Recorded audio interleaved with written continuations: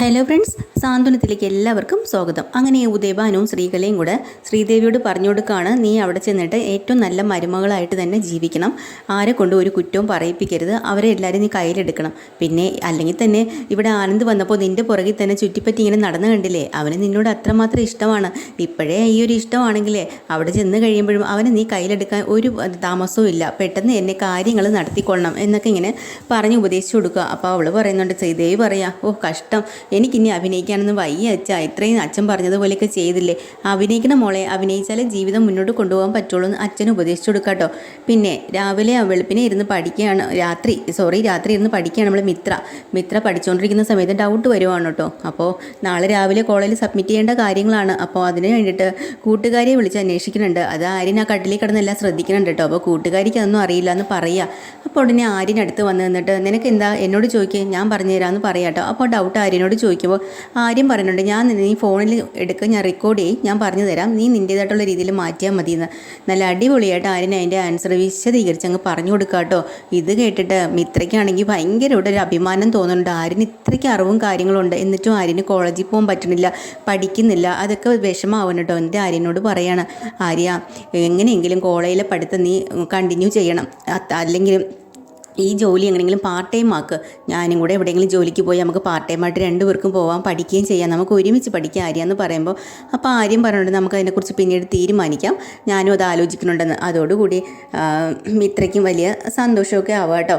ഈ സമയം നമ്മുടെ അലോകിനെ കാണിക്കുന്നുണ്ട് കേട്ടോ. അലോകും ഇതിനും കൂടെ വീണ്ടും അവർ സംസാരിക്കുന്നുണ്ട്. അപ്പോൾ അലോക് പറഞ്ഞു കൊടുക്കുകയാണ്, ആര്യനെ മിത്രയിൽ നിന്ന് അകറ്റാനൊക്കെ ഇത്തിരി പാടാണെന്ന്. അപ്പം മിഥുൻ പറയാണ്, അവനെ മാറ്റിയാൽ എത്രയും വേഗം കാര്യങ്ങൾ നമുക്ക് മുന്നോട്ട് കൊണ്ടുപോകാം, പിന്നെ എന്നെ പാർട്ട്ണറാക്കുന്ന കാര്യത്തിൽ എടുത്തുചാട്ടമൊന്നും വേണ്ട, നിങ്ങൾ കുടുംബക്കാരായിട്ടൊക്കെ ആലോചിച്ചിട്ട് തീരുമാനിച്ചാൽ മതി എന്ന് വലിയ നല്ല പിള്ള ചമ്മഞ്ഞ് പറയുക കേട്ടോ. അപ്പോൾ ലോക പറഞ്ഞിട്ടുണ്ട്, ഇല്ല വല്യച്ഛനൊക്കെ എതിർപ്പാണ്, എന്നാൽ ഇനി വല്യച്ഛന് അച്ഛമ്മയൊക്കെ എതിർത്താലും ശരി തന്നെ ഞങ്ങൾ എന്തായാലും മിഥുനെ പാർട്ട്ണറാക്കാൻ തീരുമാനിച്ചിട്ടുണ്ട്.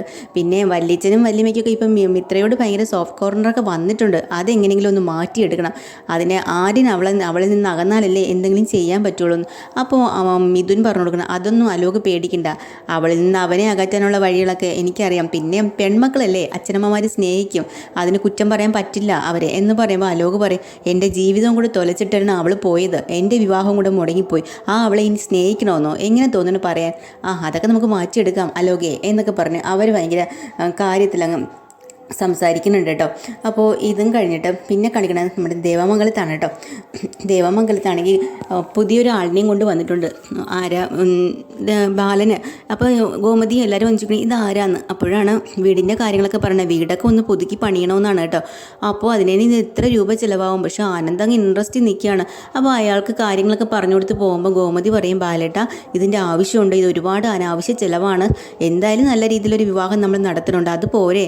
അയ്യോ അത് പോരമ്മേ, ശ്രീദേവിയുടെ വീടൊക്കെ കണ്ടോ എന്ത് രസമായിട്ടാണ് ചെയ്തിരിക്കണം, അതുപോലെ വേണമെന്ന് എങ്ങനെ ആനന്ദിൻ്റെ ഇത്ര ആഗ്രഹം എന്ന് മീനാക്ഷി ചോദിക്കുമ്പോൾ, അല്ല അവിടുത്തെ അതേ ഇൻറ്റീരിയറൊക്കെ എനിക്ക് ശ്രീദേവി ഫോണിൽ അയച്ച് തന്നിരുന്നു, അത് ശരി കൊള്ളാമല്ലോ, അപ്പോൾ അതുപോലെ ചെയ്യണമെന്നാണ് എന്ന് പറയുമ്പോൾ ഗോമതി വീണ്ടും തടസ്സപ്പെടുത്താം, മോനെ ശ്രീദേവി കല്യാണം കഴിച്ച് ഇവിടെ വന്നതിന് ശേഷം നിങ്ങൾ തമ്മിൽ ആലോചിച്ചിട്ട് എന്താണെന്ന് വെച്ചാൽ ചെയ്യുക, അല്ലാതെ ഇപ്പോഴും അച്ഛനായിട്ട് ബുദ്ധിമുട്ടിക്കല്ലേ എന്ന് പറയുമ്പോൾ ബാലൻ പറയാനുണ്ട്, ഗോമതി എനിക്കിതൊന്നും ഒരു ബുദ്ധിമുട്ടല്ല, പിന്നെ കുറച്ച് പൈസയൊക്കെ ചിലവാകും, ആനന്ദിൻ്റെ കല്യാണത്തിൻ്റെ കാര്യത്തിൽ എനിക്കതിലൊരു വിഷമവും ഇല്ല, ഞാൻ കുറച്ച് ചിലവാക്കും, പിന്നെ ബഡ്ജറ്റൊക്കെ വരട്ടെ അതനുസരിച്ച് നമുക്ക് എന്തെങ്കിലും ചെയ്യാം.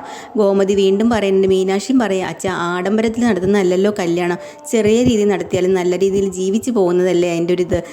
അതൊക്കെ ശരിയായിരിക്കും, പക്ഷേ ആനന്ദങ്ങ് വിടുന്നില്ല കേട്ടോ, അച്ഛനൊപ്പം നിൽക്കണം, ആനന്ദിന് വീട് മോടി പിടിപ്പിക്കണം, പിന്നെ പുതുക്കി പണിയണം എന്നൊക്കെ പറയാം, അനാവശ്യ ചിലവ് വേണ്ടാന്ന് പറഞ്ഞിട്ടൊന്നും അവരാരും മൈൻഡ് പോലും വയ്ക്കുന്നില്ല കേട്ടോ. പിന്നെ അതുപോലെ തന്നെ നമ്മുടെ ഉദയഭാൻ്റെ വീട്ടിലാണെങ്കിൽ അവരിങ്ങനെ ചൂടുള്ള ചർച്ചയിലാണ്. അപ്പോൾ ഉദയഭാനു വന്ന് മോളെ സോപ്പിട്ടിട്ട് പറയുന്നുണ്ട്, അതെ നീ ഒരു കാര്യം ചെയ്യ്, എനിക്ക് ഇന്നലത്തെ ബാലനൊക്കെ ഇവിടെ വന്നിട്ട് പോയില്ലേ, അതിനുശേഷം നീ ഭയങ്കര സന്തോഷവതിയാണെന്ന് എനിക്കറിയാം, എന്നാലും അവർക്ക് വേണ്ടി നമ്മൾ കരുതി വെച്ചതിനൊക്കെ ഒത്തിരി കാശായി, കടവാണ് വാങ്ങിച്ചത്, അയാൾക്ക് നീ ഇന്ന് കൊടുക്കാമെന്ന് പറഞ്ഞിട്ടുണ്ട്, ദേവി നീ ഒരു കാര്യം ചെയ്യ്, നിൻ്റെ കൈ കിടക്കണ വളയും എനിക്ക് തരുമോ പണയം വെച്ചിട്ട്, അതെങ്ങനെ ചെയ്യാമെന്ന് പറയുമ്പോൾ, അയ്യോ ഇന്നലെ എൻ്റെ ഗോമതി അമ്മ കൊണ്ടിട്ട് വളയോ, അത് ഞാൻ തരാനോ, ഞാൻ തരില്ല, എടി അങ്ങനെ പറയല്ലേ എന്നൊക്കെ പറഞ്ഞ് സോപ്പിടുക കേട്ടോ. അപ്പോൾ എന്തായാലും ശ്രീദേവി അത് കൊടുക്കില്ല എന്ന് തീരുമാനിച്ച് നിൽക്കുമ്പോഴാണ് ഒരു കോളിംഗ് ബെല്ല് വരുന്നത്. ആരാ നോക്കട്ടെ എന്ന് പോയി നോക്കാട്ടോ ശ്രീദേവിയുടെ അനിയത്തി. അപ്പോഴാണ് ആര്യനാണ് വരുന്നത്. കാര്യം എന്ന് വെച്ചാൽ ഇവർ ഫുഡിന് ഓർഡർ ചെയ്തിരുന്നു. ആര്യൻ അവിടുത്തെ ഫുഡും കൊണ്ട് വരിക കേട്ടോ. വന്ന് ഇവർ ഫുഡ് വാങ്ങിച്ചിട്ട് പോകുമ്പോൾ തന്നെ ആര്യന് സംശയം വരുവാണ്. കാരണം അമ്പലത്തിൽ വെച്ച് ആര്യൻ ഈ ഫാമിലിയെ കണ്ടിരുന്നല്ലോ. അപ്പം ഉടനെ ആര്യൻ മനസ്സിൽ വിചാരിക്കുന്നുണ്ട്, ഇത് ആനന്ദേട്ടൻ കല്യാണം കഴിക്കാമെന്ന ശ്രീദേവിയുടെ അനിയത്തി അല്ലേ എന്ന് കണ്ട് അതുപോലെ ഇരിക്കുന്നല്ലോ എന്ന്. അപ്പോഴാണ് ആ ഫുഡും വാങ്ങിച്ച് അകത്ത് പോകുമ്പോൾ അവരുടെ സംസാരം ആര്യൻ ശ്രദ്ധിക്കുന്നുണ്ട് കേട്ടോ.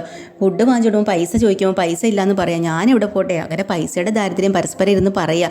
അതിനിടെ കൂടെ അവർ പറയുന്നുണ്ട്, നമ്മുടെ ഈ ദാരിദ്ര്യാവസ്ഥയും ഇപ്പോഴത്തെ ഈ ഒരു ഇതൊക്കെ ദേവമംഗലത്തുകാർ അറിഞ്ഞാലേ ഈ കല്യാണം തന്നെ നടക്കൂല എന്നൊക്കെ പറഞ്ഞ് ഇവർ സംസാരിക്കുകയാണ്. അപ്പോൾ തന്നെ ആര്യൻ ഇതെല്ലാം കേട്ടിട്ട് ആര്യന് സംശയമാവുന്നുണ്ട്. എന്താ ഇനി ഇവരിങ്ങനെ പറയണത്? നല്ല പണക്കാരാണെന്നാണല്ലോ അച്ഛനൊക്കെ പറഞ്ഞത്, പിന്നെ എന്താ ഇവരിങ്ങനെയൊക്കെ പറയണേ? നീ കൊടുക്കെന്ന് പറഞ്ഞ് അവിടെ ഏലിപ്പായി കേട്ടോ. അവസാനം ശ്രീദേവി പറയണ നോക്കട്ടെ എൻ്റെ കയ്യിലുള്ളത് തരാമെന്നും പറഞ്ഞിട്ട് നേരെ ഉള്ളതെല്ലാം നുള്ളി പറക്കി കൊടുക്കുക കേട്ടോ. അങ്ങനെ ശ്രീദേവിയുടെ അനിയത്തി ശ്രീവിദ്യ നേരെ ആ കാശും കൊണ്ട് ആര്യൻ്റെ അടുത്തേക്ക് വരുന്നുണ്ട്. ആര്യൻ പെട്ടെന്ന് തൊപ്പി വെച്ച് മുഖം മറച്ചിരിക്കുക കേട്ടോ. പൈസ പോലെ എണ്ണി നോക്കാതെ വാങ്ങിച്ചിട്ട് പോയി. അപ്പോൾ ആ കുട്ടി മനസ്സിൽ വിചാരിക്കുന്നുണ്ട്, ഇയാളെന്താ പൈസ എണ്ണി നോക്കാത്തെ എന്നും പറഞ്ഞിട്ടാണ് ആ കയറി പോകണം കേട്ടോ. ആര്യൻ ഈ സംശയം മനസ്സിൽ വെച്ചിട്ട് നേരെ നമ്മൾ ആകാശിനെ വിളിക്കുക കേട്ടോ. ആകാശിനെ വിളിച്ചിട്ട് കാര്യം പറഞ്ഞുകൊണ്ട്, ഏട്ടാ എനിക്കൊരു സംശയമാണ്, വേറൊന്നും വിചാരിക്കരുത്. ഈ ഉദയഭാനു അങ്കിള് അവരുടെ ബാക്ക്ഗ്രൗണ്ടൊക്കെ അന്വേഷിച്ചിട്ടാണോ അച്ഛൻ ഈ വിവാഹത്തിന് ഇറങ്ങിയെന്ന് ചോദിക്കുക കേട്ടോ. ആടാ, അയാൾ നല്ല ആൾക്കാരാ.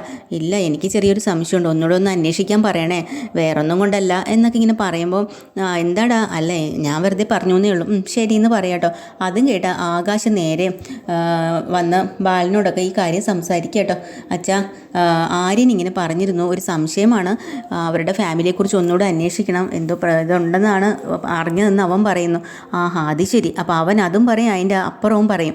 അവനത് പറഞ്ഞില്ലെങ്കിലേ ഉള്ളൂ. അല്ലെങ്കിലും ഞാൻ ഈ കല്യാണം മുന്നിൽ നിന്ന് നടത്തുന്നത് കണ്ടിട്ട് അവന് അസൂയ.